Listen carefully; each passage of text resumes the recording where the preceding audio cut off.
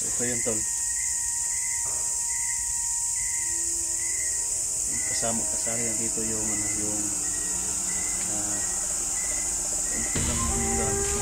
Yung ano lang talaga siguro ito yung pintas. Ito. Saka ano ito. May laman siguro sa loob ng mga orasyon siguro. Tapos may mga ano ito, librita.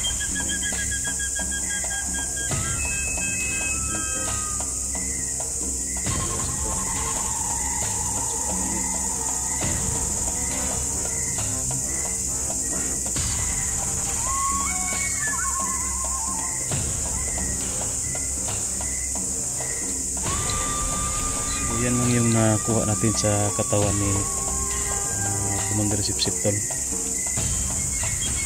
Ang napaka-importante dyan is yung pintas talaga.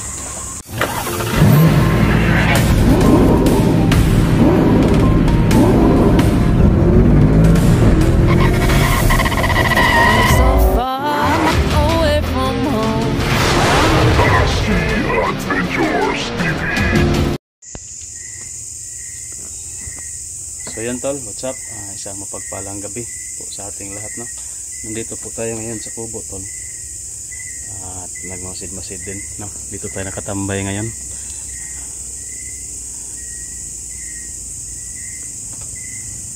So yan po yung kulungan natin tol na pinagawa. Hindi pa siya na trabaho kanina kasi dito muna no, naghukay pang septic tank. So yan, napakalalim po niyan tol. 7 feet po yan below the ground. 7 feet po no yung hukay natin dyan. Yan po yung gawin nating septic tank para sa kulungan ng baboy. So yan tol, dalawang kulungan yan. Tapos yung dito mag extension pa daw ng isa kasi yung kapatid ng asawa ko tol ay gusto niya no na ano rin no, mag-alaga rin ng baboy. So nakisingit siya dyan tol, kisingit siya dyan. So pero sa kanya yung gastos no sa extension kasi medyo malaki-laki na yung gastos natin dyan tol. Hindi na tayo makabili ng biik nito kapag matapos siguro yan mga ngayong linggong ito. Wala na, ubos din yung, tapos din yung ano natin, tapos din yung pera natin, maubos din. So baka hindi tayo makabili ng ano yan, biik. So may ano tayo dyan tayo, paapoy tayo dyan tol para pang pataboy ng lamok. Maraming lamok kasi. Tsaka meron din tayong katon. Yan. So yan tol, nag video po tayo ngayong gabi tol kasi dinala ko dito yung nakuha natin no, yung mga gamit ni Commander Sipsip nakuha natin sa kanyang katawan, yung nakadikit lang sa kanyang katawan tol kasi sa palagay ko marami pa siya sigurong gamit hindi lang natin nakuha, baka nandoon sa kubo no, na iwan siguro niya o mga itinatago niya na kagamitan niya. Yung nakadikit lang sa katawan niya tol nung sagupa namin siya, yun lang yung nakuha natin. Bago natin sinunog, kinapkapan natin. Bago namin sinunog tol, kinapkapan muna namin si Commander Sipsip. So nakakuha kami ng ng mga gamit niya sa kanyang katawan. O papakita natin ngayon tol kung ano yung mga nakuha natin na gamit. Kasali na yung pintas na naagaw natin sa kanya. So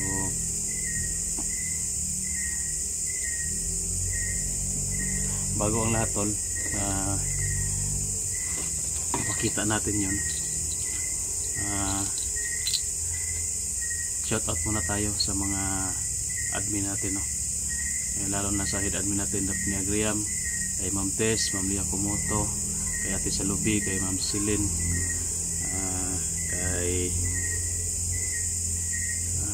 kay Ma'am Berdijo, yan, Ma'am Amy Vicente. So yan, kahit hindi na siya admin ay yun, sumusuporta pa rin sa atin, nag-share pa rin sa mga video natin. Maraming salamat. Shoutout na rin tol kay Ma'am Rosny, yan, kay Ate Delinjoy. Yan, shout out kay Ma'am na Ninita Nagil natin, no. Yan, shout out kay Ma'am Eleanor, kay Ma'am Bibs, Bibi Quares. Yan, shout out kay Ma'am Nora Ortega. Yun, shout out kahit hindi nanonood sa mga video natin.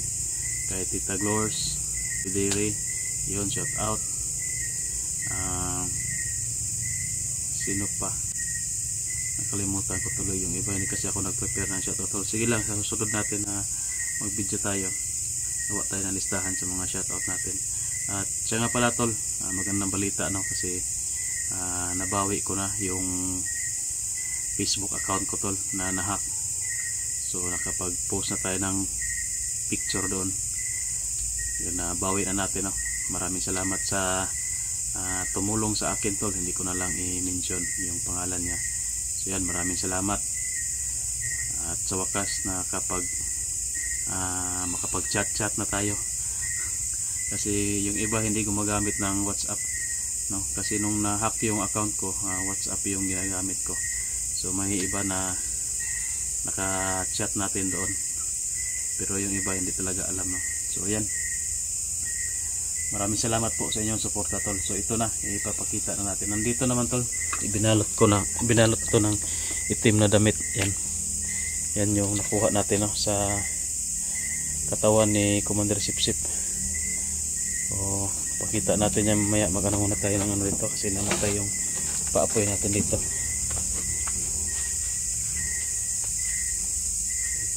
Flashlight ko naiwan.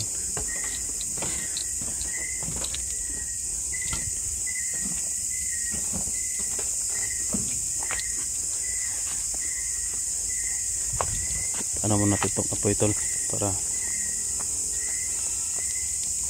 mag-usok siya.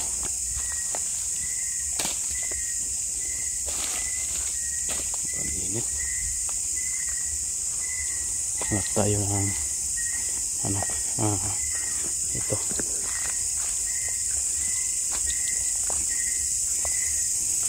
Itong balat ng niyog. Lagay natin doon.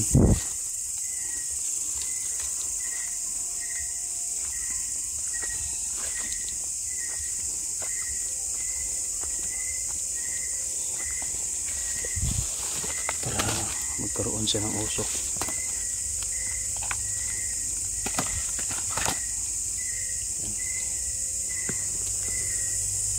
Para mawala yung lamok sa paligid. So ito yung ginagawa ko tol, no? Minsan tumatambay tayo dito tuwing gabi para magmasid-masid rin sa paligid at mag-monitor. So yan po yung ano natin, sobrang dilim ng paligid. Buti na lang tol, may ano tayo ito sa solar, no? Nagbigay ng liwanag sa atin. So yan, sana ba tayo? Ayun, papasilip lang natin tol yung mga nakuha natin, no? Gamit ni Commander Sipsip.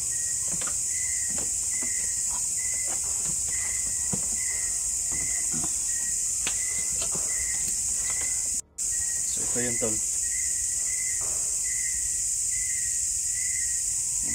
kasali na dito yung ano, yung kaunti lang naman yung gamit niya. Yung ano lang talaga siguro ito, yung kwintas ito, tsaka na to, may laman siguro to sa loob ng mga orasyon siguro. Tapos may mga ano siya to, librita, yan o, yung mga librita. Tapos ito, yung sobrang init, yung tintas.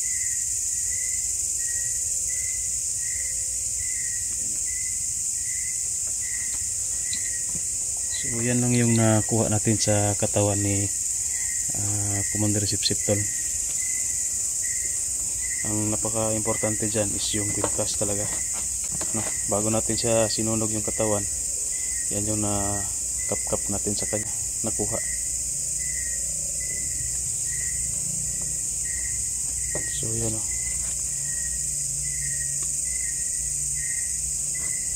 Andiyan na lahat tol. Oh yun,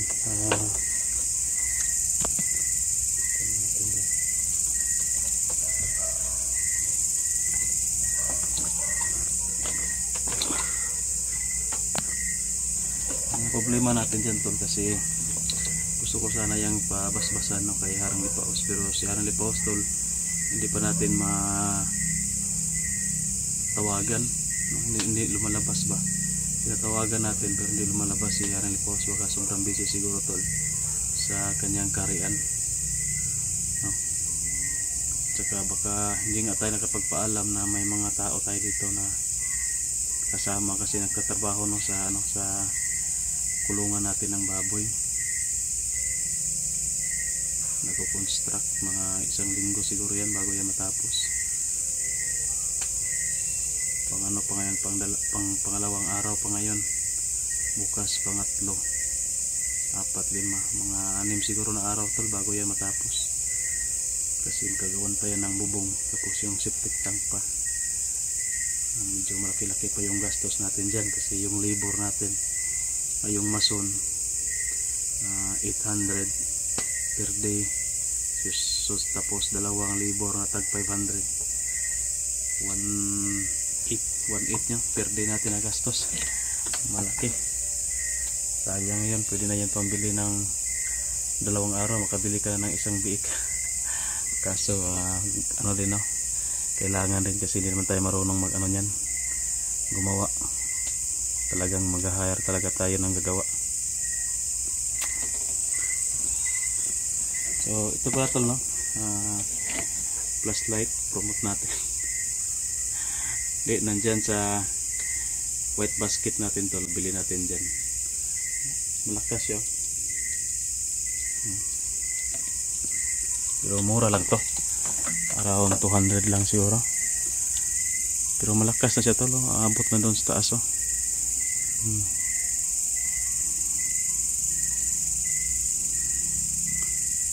Pwede na to pang ano, panggamit pang explore, or hindi pa, parang hindi pa siguro, kasi ayun, pwede na siguro to.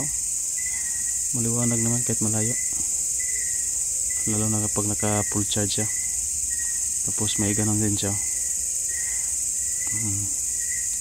flash.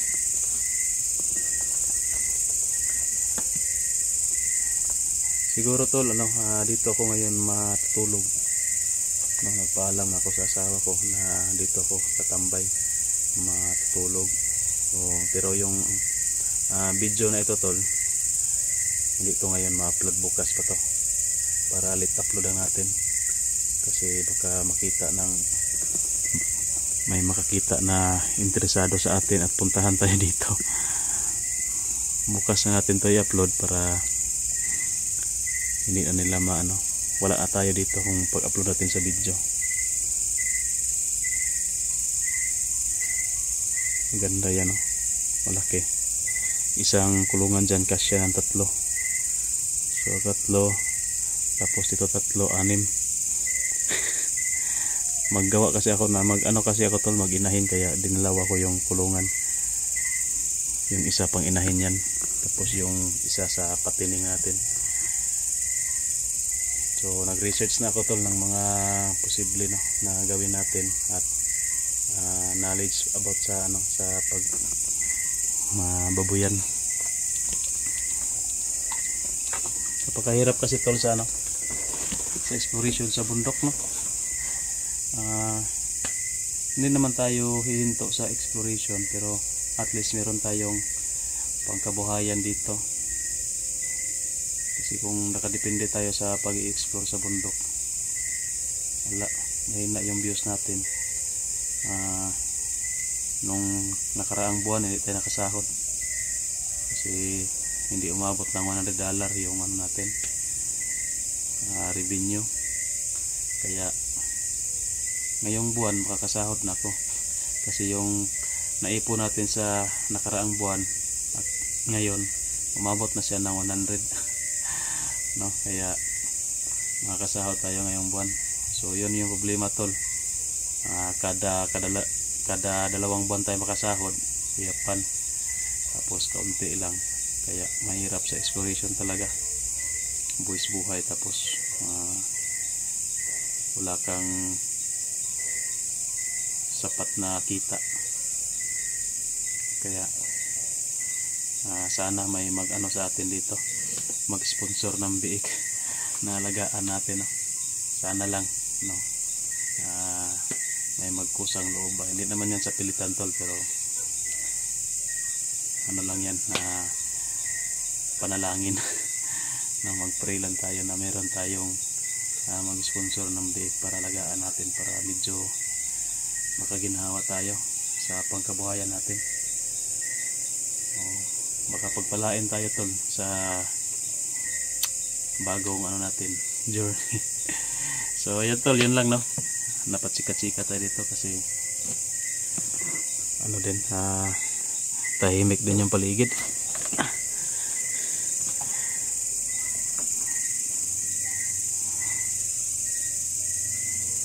So mamimiss natin yung exploration sa bundok, pero at least hindi tayo mababagot kasi meron naman tayong ginagawa dito, meron tayong pagkaabalahan. Kasi kung wala tayong pagkaabalahan, nababagot tayo, ayun, explore agad para wala sa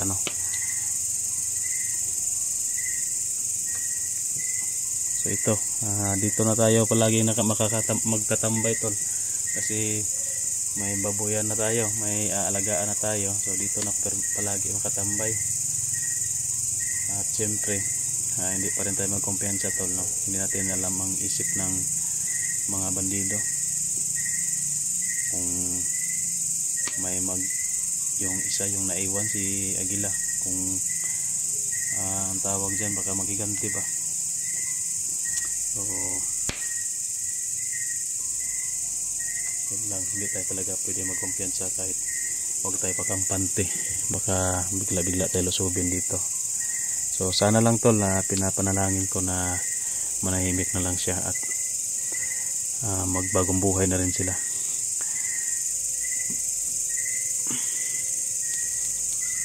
At sa mga nag-comment sa live natin na nag-request sa atin na request ba para tulungan yung ibang hunter na nabibihag. So pasensya muna, tol. Ito muna yung nabisi kasi tayo dito. Ito muna yung unahin natin. Kasi nasimulan na natin nasimulan ko na dito Mahirap naman kapag natin.